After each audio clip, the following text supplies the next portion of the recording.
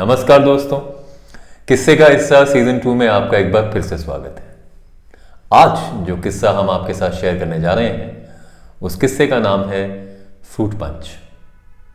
तो चलिए सुनिए ये किस्सा और बनिए इस किस्से का हिस्सा।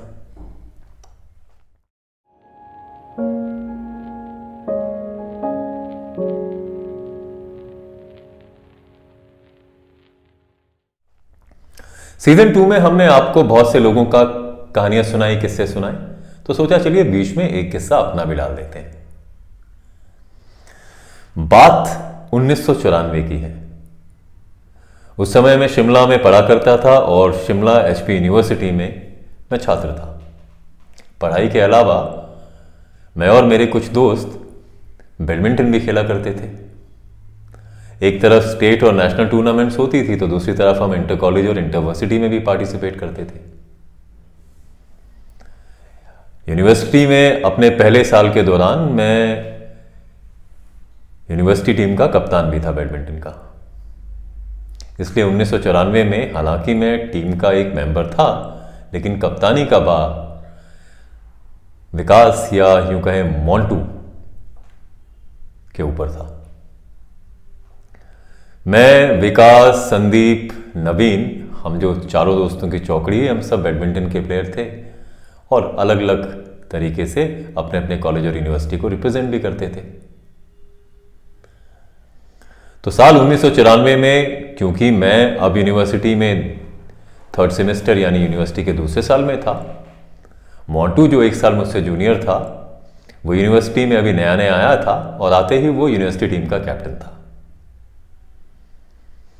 इसके अलावा सनी यूनिवर्सिटी में हमारे साथ था और विकी, क्योंकि वो हमसे एक जूनियर था, वो शिमला में एक कॉलेज है कोटशिरा, वो उस टीम से बैडमिंटन खेला करता था।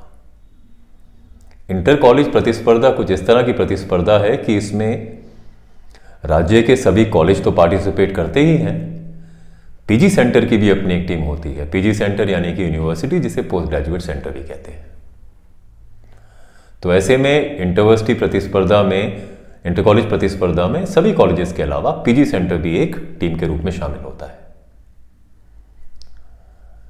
मैं क्योंकि पिछले साल इस टीम का कैप्टन था तो हम ट्रॉफी भी जीते थे। तो ऐसे में इस साल हम पर डिफेंडिंग चैंपियन का टाइटल तो था ही, साथ ही एक बड़ी रिस्पॉन्सिबिलिटी होती है कि अगर आप गत कई वर्षों से विजेता होते आए हैं तो अगली बार भी आपको टूर्नामेंट जीतना ही है। तो ऐसे में तैयारियां भी जोर शोर से की जाती है। किस्से को आगे बढ़ाएं तो हम आपको ये बताएं कि इंटर कॉलेज जो टूर्नामेंट है इसका प्रारूप क्या है। इस टूर्नामेंट में बेस्ट ऑफ 5 मैचेस होते हैं, यानी आप पहले 2 सिंगल खेलते हैं, फिर एक डबल्स का मैच होता है, उसके बाद फिर एक सिंगल और फिर एक डबल्स।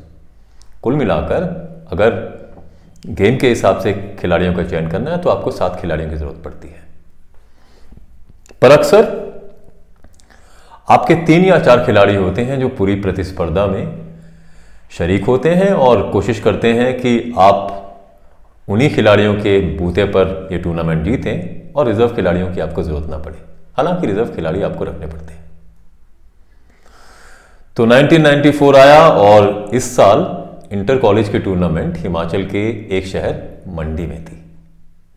मंडी शिमला के बाद दूसरा बड़ा शहर है हिमाचल का।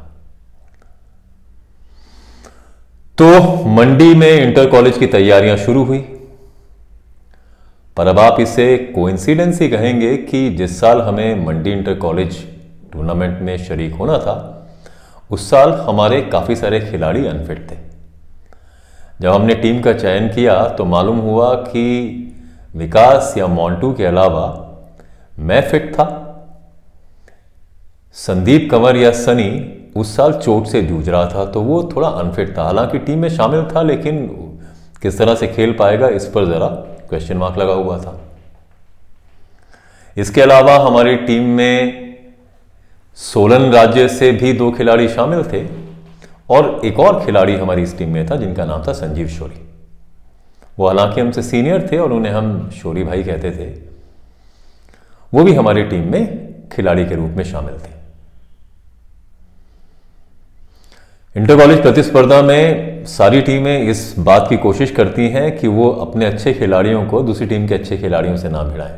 इसलिए ड्रॉज को जिस तरह डाले जाते हैं कि आप first single, second single, first double कौन खेलेगा, इसको गुप्त रखते हैं।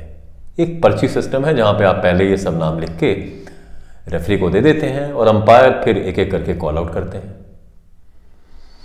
क्योंकि हमारी टीम में मैं और मोंटू ही दो मजबूत खिलाड़ी थे और दूसरी तरफ हमारे पास टूर्नामेंट का डिफेंडिंग चैंपियन होने का भी रिस्पॉन्सिबिलिटी थी, तो हमें लग रहा था कि देखिए रिस्क ना लिया जाए और कोशिश की जाए कि हर मैच हम 3-0 से जीत जाए। यानी मोंटू और मैं पहले 2 सिंगल्स निकाले और फिर क्योंकि मैं और मोंटू डबल्स हमेशा साथ खेलते आए हैं तो डबल्स को लेकर हम काफ़ी एश्योर्ड थे या कॉन्फिडेंट थे कि वो तो हम निकाल ही लेंगे। तो हमारा प्रयत्न ये था कि सारे के सारे मैचेस दूसरे कॉलेजेस से 3-0 ही जीत लिया जाए ताकि रिजर्व खिलाड़ियों की जरूरत ही ना पड़े। दूसरी तरफ जब आप इंटर कॉलेज जैसे टूर्नामेंट में शरीक होने जाते हैं तो आप अपने साथ काफ़ी सारे रिजर्व खिलाड़ी और बाकी ऑफिशियल्स भी लेके जाते हैं। ऐसे में यूनिवर्सिटी और कॉलेज में आपको मौका मिलता है कि अपने दोस्तों को टीम में शामिल करें, क्योंकि ऐसा करने से एक तो आपको अटेंडेंस को लेके सहूलियत मिल जाती है, क्योंकि जब आप खेलते हैं तो अटेंडेंस को लेके कोई क्वेश्चन नहीं करता। ऐसे में बहुत सी रिक्वेस्ट आती हैं कि देखिए हमें भी टीम में शामिल कीजिए और टीम में नहीं तो हमें कुछ दिन के लिए कैंप में शामिल कर लें। तो आप अपने दोस्तों के लिए या दूसरे साथियों के लिए ऐसा भी करते हैं।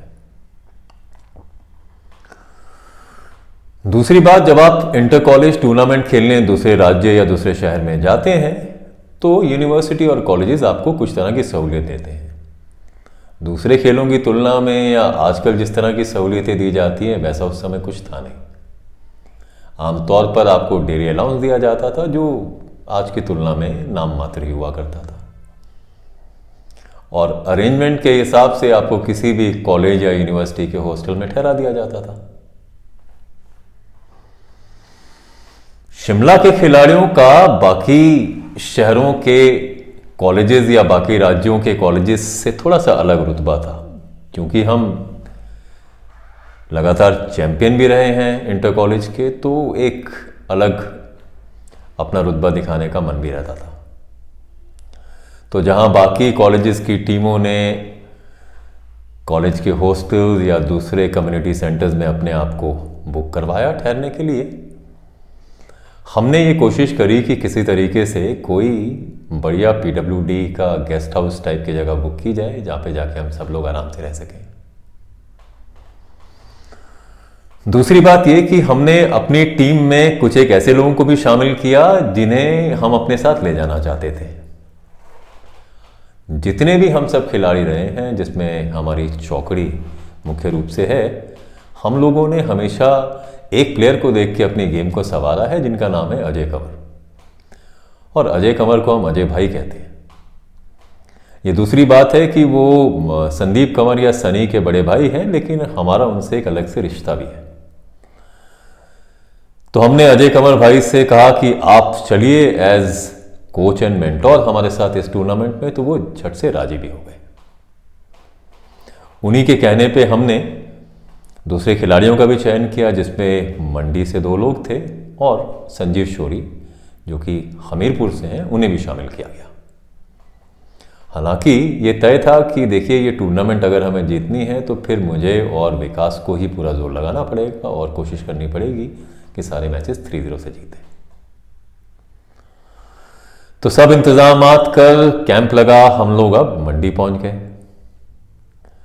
मंडी में जो गेस्ट हाउस है वो मंडी में एक हिमाचल टूरिज्म का होटल है मांडव, और मांडव के परिसर के साथ लगा हुआ ये PWD का गेस्ट हाउस है। तो हमने PWD गेस्ट हाउस में अपने लिए 3 से 4 कमरे बुक किए। 5 लोग हमारी टीम में थे, मैनेजर के रूप में अजय कंवर, तो हमें लगा कि 3 से 4 रूम काफी होंगे। इसके अलावा सनी और विकी हालांकि यूनिवर्सिटी में नहीं था और कोटशेरा कॉलेज में था, लेकिन वो अपनी टीम के साथ ना ठहर हमारे साथ गेस्ट हाउस में ठहर गया। वैसे भी हम लोग पक्के दोस्त थे और हमारा रोज का मिलना जुलना था, तो ऐसे में विकी सिर्फ अपने कॉलेज की तरफ से मैच खेलने जाता और हमारे साथ आके पीडब्ल्यूडी गेस्ट हाउस में रुकता। तो हम सब लोग पीडब्ल्यूडी गेस्ट हाउस ठहरे। ये एक सामान्य सा गेस्ट हाउस था, हालांकि जिस तरह की अरेंजमेंट इंटर कॉलेज टूर्नामेंट्स में होती है उससे कहीं बेहतर था। तो लक्ष्य केवल एक था, लक्ष्य ये था कि इस बार फिर से इंटर कॉलेज की जो रोटेटिंग या रोलिंग ट्रॉफी है उसे फिर से जीतना है, और सारा का सारा दारोमदार मोंटू और मुझ पर है। टूर्नामेंट शुरू हुई। जहां हम ठहरे थे वहां से कुछ ही दूरी पर एक कम्युनिटी सेंटर था, और उसी कम्युनिटी सेंटर में एक बैडमिंटन कोर्ट था।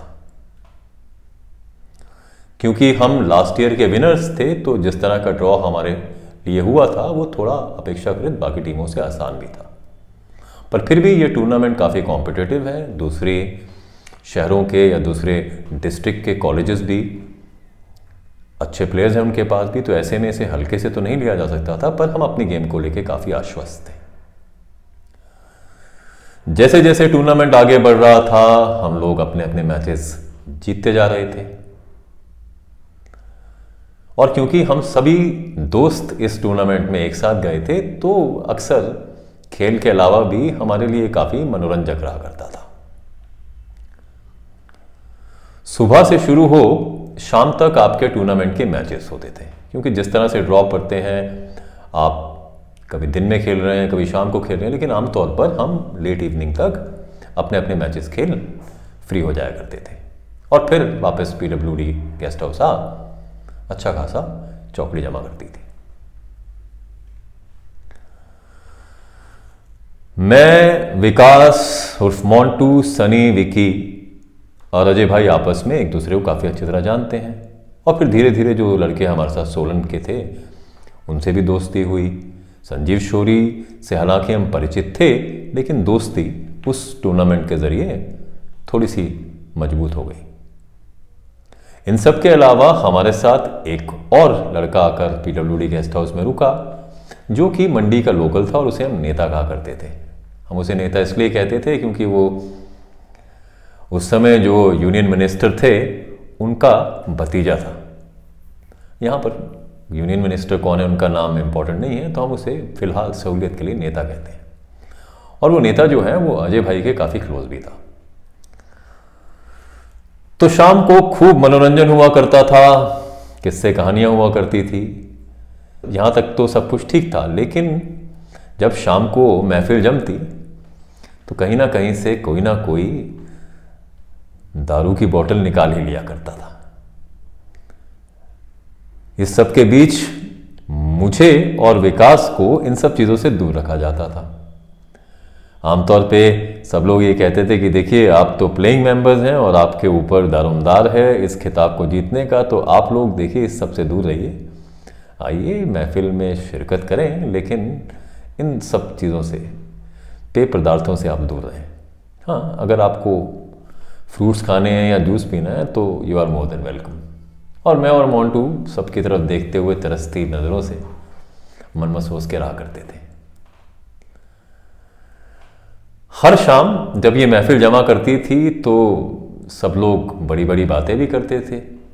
खास तौर पर संजीव शोरी भाई जो थे वो मुझे और मोंटू को पकड़ एक कोने में ले जाते और हमसे कहते कि देखो तुम लोग शोरी के भाई हो, और जो एक बार शोरी का भाई हो जाता है शोरी उसके लिए जान भी दे सकता है। तो तुम लोग चिंता मत करो, तुम लोग बस ट्रॉफी जीतो और फिर ऐसा जश्न होगा कि पूरा का पूरा मंडी शहर उस जश्न को याद रखेगा। रोज शाम को हमें शोरी भाई का ये लेक्चर जरूर सुनना पड़ता था। हालांकि हम इसे हंसी मजाक में उड़ा देते, पर धीरे धीरे हमें लगा कि देखिए शोरी भाई जो कह रहे हैं उसको हल्के में नहीं लिया जा सकता, क्योंकि शोरी भाई कह रहे हैं कि जो शोरी का भाई है वो फिर शोरी भाई उसके लिए कुछ भी कर सकते हैं। तो ये देखें कि इस बात में कितनी सच्चाई है। तो धीरे धीरे टूर्नामेंट आगे बढ़ी। जैसे जैसे टूर्नामेंट आगे बढ़ी हम लोग लगातार अपने अपने मैच जीतते रहे, और ऐसा करके हम लोग सेमीफाइनल में पहुंच गए। सेमीफाइनल में हमारा मैच स्थानीय टीम से था, जो कि एक मजबूत टीम थी, लेकिन मैंने और मोंटू ने अपना अपना मैच निकाला। इसके अलावा डबल भी हम आसानी से जीते और फाइनल में प्रवेश कर गए। फाइनल से पहले की रात फिर पीडब्ल्यूडी में जश्न हुआ, जिसमें हमें अलग थलग किया गया, लेकिन शौरी भाई ने आके फिर वही डायलॉग दोहराया कि देखिए बस कल भर की बात है, उसके बाद तुम शौरी के भाई हो, ऐसा जश्न होगा कि तुम सब याद रखोगे। फाइनल का दिन आया और जैसा कि अनुमान था भी, हमने अपना मैच आसानी से निकाला और एक बार फिर हम इंटर कॉलेज चैंपियन हो गए। बहुत खुशी की बात थी और खुशी से ज़्यादा मुझे और मोंटू को ये लग रहा था कि देखिए आज तो जश्न होगा और आज हमें जश्न में कोई रोकने टोकने वाला भी नहीं है, क्योंकि जैसा हमने वादा किया था हम ट्रॉफी जीत चुके हैं। दूसरी बात ये भी थी हमारे मन में कि शौरी भाई लगातार कह रहे हैं कि तुम शौरी भाई के भाई हो और शौरी भाई तुम्हारे लिए ऐसा जश्न करेंगे कि पूरा शहर याद रखेगा, तो उसको लेकर भी काफ़ी रोमांचित थे हम सब लोग। जैसा कि मैंने आपको बताया, पीडब्ल्यूडी गेस्ट हाउस जो है ये होटल मांडव के प्रांगण में ही स्थित है, जिसके लिए आपको थोड़ी चढ़ाई करके ऊपर पहुंचना पड़ता है और वहां से पूरे शहर का नज़ारा भी देखने को मिलता है। तो ये ऊंचाई पर है और बाकी पूरा शहर जो है थोड़ा ढलान पर है, तो आप जब ऊपर खड़े होते हैं तो आपको पूरा शहर दिखाई देता है। तो शाम को हम सब लोग इकट्ठा हुए पीडब्ल्यूडी गेस्ट हाउस में और फिर शाम के जश्न की तैयारियां शुरू हुई। अजय कमर भाई ने सारा का सारा जिम्मा लिया अपने सर पर कि किस तरह की पूरी अरेंजमेंट करनी है, जबकि शौरी भाई एक एक्यूट प्लानर की तरह सब चीज़ों को ऑब्जर्व करने लगे, अपनी टिप्पणियां देने लगे। तो मामला ये बना कि पीडब्ल्यूडी गेस्ट हाउस में खाने को लेके ज़्यादा इंतज़ाम हुआ नहीं करते। हाँ, एक कुक रहता है ऐसे गेस्ट हाउसेज में जो वो चीज़ें बना देता है जो आप उसको बताएं, लेकिन आपको पहले ऑर्डर देना पड़ता है। तो ऐसे में कुक को पकड़ा गया, उसे शाम का मेन्यू बताया गया और मेन्यू के हिसाब से जो खरीदारी करनी थी उसके लिए पैसे दिए गए। तो मामला ये था कि आज नॉनवेज या जितने भी व्यंजन बनेंगे वो कुक बनाएगा और फिर भरपूर जश्न का आनंद लिया जाएगा। इस सब के बीच हमारे पास वो रोलिंग ट्रॉफी भी थी। अभी जो रोलिंग ट्रॉफी है ये कुछ कुछ आपकी आईपीएल ट्रॉफी से मिलती जुलती है। एक चौड़े मुंह वाली ट्रॉफी और एक सॉलिड बेस है इसमें, और ब्रास या कांसे की ये ट्रॉफी रहती है और इसमें फिर उस साल के चैंपियन का नाम भी लिखा होता है, तो इसलिए काफ़ी प्रेस्टिजियस भी रहता है ये। तो हम लोग ट्रॉफी लेकर पहुंचे और अब ट्रॉफी को बीच कमरे में रख हम सब लोग जश्न मनाने लगे। इस बीच अजय भाई ने अपना तुर्रा छोड़ते हुए कहा कि देखिए आज जो ये जश्न है ये जश्न तभी पूरा होगा जब इस ट्रॉफी में एक फ्रूट पंच बनाया जाएगा, ताकि जीत का नशा जो है वो दोगुना हो जाए। शौरी भाई को उस समय ये बात मालूम नहीं थी कि हम किस तरह के फ्रूट पंच की बात कर रहे हैं। वो सोच रहे थे कि हाँ शायद इसमें फल मिलाए जाएंगे, फलों का जूस मिलाया जाएगा, लेकिन अजय कमर भाई का आइडिया दूसरा था। उनका यह मानना था कि यह फ्रूट पंच ऐसा हो कि जिसमें जीत का भरपूर नशा शामिल हो। तो यकीन मानिए कि उस ट्रॉफी के अंदर विस्की, रम, वोडका, वाइन सब डला, हाँ फ्रूट्स नहीं डले या फ्रूट जूस नहीं डला। सब कुछ मिलाने के बाद इस ट्रॉफी को ऊपर तक लबालब भर दिया गया। इसके बाद हाँ ऊपर से फ्रूट पंच के मायने रखने के लिए कुछ एक अंगूर और दूसरे फल बिखरा दिए गए। अब लबालब भरी ट्रॉफी में ये फ्रूट पंच काफी खूबसूरत दिखाई दे रहा था। कहानी फिर ये बनी कि देखिए अब इस फ्रूट पंच को आप ग्लास में डाल के नहीं पी सकते, तो अलग से स्ट्रॉस का इंतजाम किया गया कि सभी लोग एक साथ स्ट्रॉ डालकर इस फ्रूट पंच को पिएंगे या कंज्यूम करेंगे या एंजॉय करेंगे और फिर देखा जाएगा क्या होता है। शौरी भाई अभी भी इस बात से अनजान थे कि इस फ्रूट पंच के अंदर फ्रूट जूस नाम की कोई चीज़ ही नहीं है, बल्कि विस्की, रम, वोडका, बाकी पदार्थ पूरी मात्रा में। जैसे ही हमने इस fruit punch, so called fruit punch को टेस्ट किया तो हमें ये काफ़ी स्टिफ लगा, क्योंकि इसमें ना तो पानी था ना कोई दूसरा पेय, केवल और केवल रम, वोडका, विस्की, वाइन। तो जब हमने अजय कंवर भाई से शिकायत की तो उन्होंने कहा ठीक है, इसमें थोड़ा जूस ऐड कर दीजिए। तो फिर थोड़ा जूस ऐड किया गया। अब धीरे धीरे स्ट्रॉ लगा के सब लोग ये पीने लगे, क्योंकि इसमें अब हल्का हल्का जूस मिला दिया गया था, तो ये पीने में थोड़ा मीठा हालांकि लग रहा था, लेकिन किसी को भी ये अनुमान नहीं था कि स्ट्रॉ से इस तरह से सीधे सीधे रम, वोडका, विस्की पीने का क्या असर हो सकता है। कहीं बीच में हमारे साथ पीडब्ल्यूडी में ठहरे विक्की, जो कि कोर्सेरा कॉलेज से था लेकिन हमारे साथ ठहरा हुआ था पीडब्ल्यूडी में, उसने शिकायत की कि देखिए मुझे इसका स्वाद समझ नहीं आ रहा है और मैं ये पी नहीं पाऊंगा, तो मेरे लिए अलग से कुछ इंतज़ाम किया जाए। तो विक्की के इस कथन पर नेता उठे और जाकर एक रम की बोतल और लेकर आ गए। आपने अक्सर देखा होगा कि जब आप दोस्तों के साथ इस तरह से महफिल सजाते हैं तो इस महफिल का अंदाज कुछ अलग ही रहता है।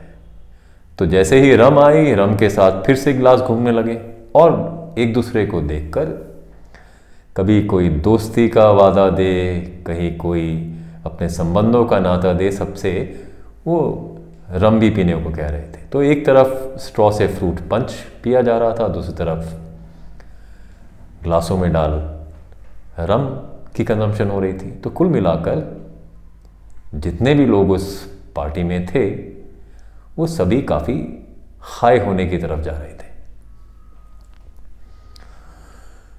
तो चलता रहा ये माहौल और महफिल अपना रंग जमाती रही। बीच बीच में जब भी मौका मिलता, शोरी भाई मुझे और मोंटू को एक कोने में ले जा वही अपना चिरपरिचित डायलॉग दोहरा देते कि तुम शोरी के भाई हो और देखो शोरी ने कहा था कि पार्टी होगी और देखिए क्या पार्टी हो रही है। और पार्टी की छोड़ो, तुम अब शोरी के भाई हो, तुम शोरी के भाई ताउम्र के लिए हो, तो तुम्हारे लिए शोरी कुछ भी कर गुजरेगा। तो हम लगातार ये बात सुन रहे थे और कहीं ना कहीं अब हमें इस पूरे के पूरे डायलॉग पर थोड़ी खींच आ रही थी। हालांकि शोरी भाई हम लोगों के दिल के बहुत करीब हैं, तो बुरा मानने जैसी कोई बात नहीं थी, लेकिन अब थोड़ा खींच हो रहा था क्योंकि लगातार वो इसी अपने वादे को या अपने डायलॉग को दोहरा रहे थे। समय बीतता गया। इस बीच अजय कंवर भाई मेरे पास आए और बोले चलो चलकर देखते हैं कि खाने का इंतज़ाम कैसा है। तो हम लोग टीम को पार्टी करता छोड़ बाहर निकले, क्योंकि पीडब्ल्यूडी का जो किचन था वो पीडब्ल्यूडी गेस्ट हाउस से थोड़ा बाहर था। बाहर जाकर हमने देखा कि कुक किचन में नहीं है, तो हमने थोड़ी देर इंतज़ार किया कि कुक लौट आए। थोड़ी देर के बाद कुक आ भी गया। तो हमने कुक से पूछा कि आप बताइए डिनर का क्या इंतज़ाम है। तो उन्होंने कहा कि डिनर पूरी तरीके से आपका रेडी है। 9 साढ़े 9 बज चले थे। तो उन्होंने कहा कि देखिए आमतौर पर 10 बजे के बाद तो हम किचन बंद करते हैं, पर चूंकि आप लोगों ने बता दिया था पहले से तो हम थोड़ा लेट भी कर सकते हैं, लेकिन अब आप बोल दीजिए सबको खाने के लिए ताकि खाना लगवा दिया जाए। तो अजय कंवर और मैंने ये डिसीजन लिया कि देखिए अब सब लोग काफ़ी पी चुके हैं और फ्रूट पंच का असर भी धीरे धीरे सब पर चढ़ेगा, तो ऐसे में खाना खा लेना बेहतर है और उसके बाद अगर लोग बतियाना चाहते हैं या फ्रूट पंच का लगातार मज़ा उठाना चाहते हैं तो ऐसा कर सकते हैं। कम से कम कुक को फारिग किया जाए। तो कुक से ये बात कर मैं और अजय कंवर वापस पीडब्ल्यू गेस्ट हाउस की तरफ चले।